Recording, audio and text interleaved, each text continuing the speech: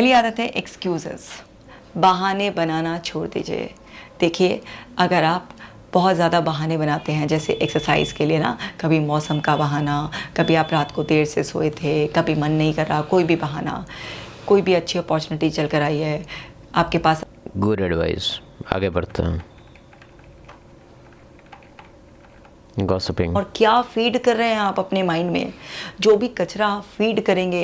मेरे हिसाब से इस चीज़ को तुम डायरेक्टली देख सकता है कि वो प्रोडक्टिव है कि नहीं। अब जो तुम गॉसिप कर रहा है, अगर वो किसी आदमी के बारे में है, गॉसिप तुम कर सकता है, बिजनेस के बारे में कर सकता है, प्रॉफिट के बारे में कर सकता है, और भी बहुत सारा मल्टीपल चीज़ें हैं उसके बारे में कर सकते हैं, नॉलेज के बारे में कर सकते हैं गॉसिप। लेकिन अगर तुम्हारा गॉसिप काफ़ी अनप्रोडक्टिव है, ऐसे ही किसी आदमी के बारे में बात हो रहा है, किसी के बिहेवियर के बारे में बात हो रहा है, तो मेरे हिसाब से हाईली अनप्रोडक्टिव है। Don't do it. उसकी भी आदत ये क्या बनाते है? हैं सेल्फ जो डाउट। इंसान खुद पर सेल्फ डाउट तो मेरे हिसाब से उन लोगों को होता है जिसके पास बहुत ज़्यादा खाली टाइम है। इसमें सेल्फ डाउट जैसा कुछ भी नहीं है। अपना टास्क लिखो, टास्क कंप्लीट करो, ये सब आलतू फालतू के चक्कर में मत पड़ो, आगे बढ़ो। टॉक्सिक क्या है? टॉक्सिक हैबिट, ये क्या है? ना, चाहे वो किसी की बुराई करने की हो या हमें किसी भी और तरीके की ऐसी हैबिट। खाली टाइम, इसमें भी कुछ भी बोलने का जरूरत नहीं है। जितना तुम्हारे पास खाली टाइम होगा उतना तुम बकवास करेगा। टॉक्सिक हैबिट, खाली टाइम है तुम्हारे पास, आगे बढ़ो। क्या है अगला? मैम का तुम वीडियो देख लेना अगर तुमको मन है मैम का बात सुनने का, हम डिस्क्रिप्शन में डाल दे रहे हैं लिंक। आप अपने आप को बताएं कि मैं आती एक लर्निंग होती है। आप अपने हाँ, तो इसका भी वैलिडिटी है। अब पता चला कि तो 50 साल तक गलती ही कर रहा है।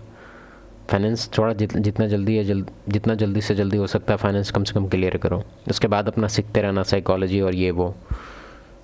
को बताएं कि सब साइकोलॉजी भी रामपुर चल जाएगा। इस डर से मुक्त हो जाएंगे।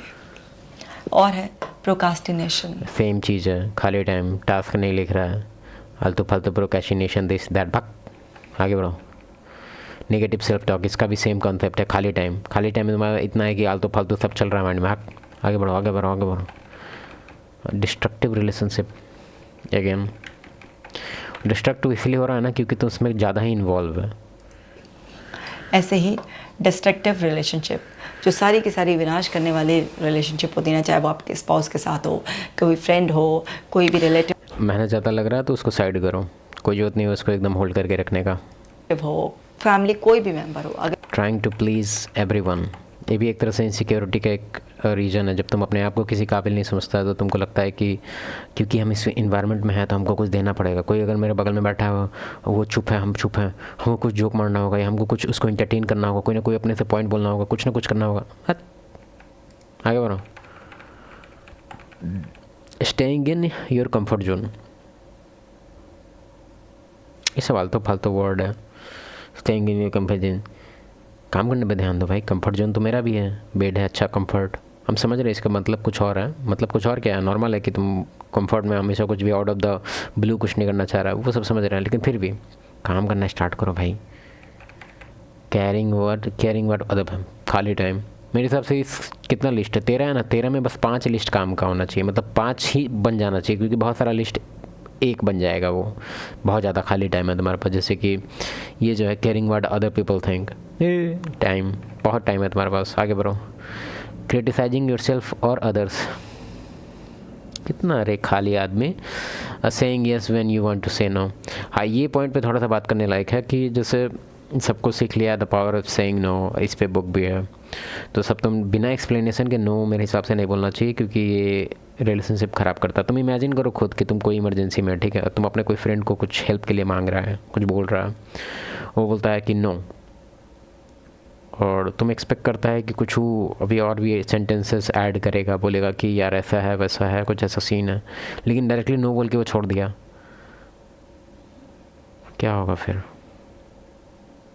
समझ रहे हो ना? इसलिए एक तरह से ग्रेट एक्सक्यूजेज अपने पास रखा करो। थोड़ा सा मैनिपुलेटिव स्किल है इसमें, जैसे कि कोई मनी वाइज अगर कुछ मांग रहा है तो अपना EMI और फेक बैंक बैलेंस का स्क्रीनशॉट रेडी रखो, हमेशा एक अलग फोल्डर बना के रखो।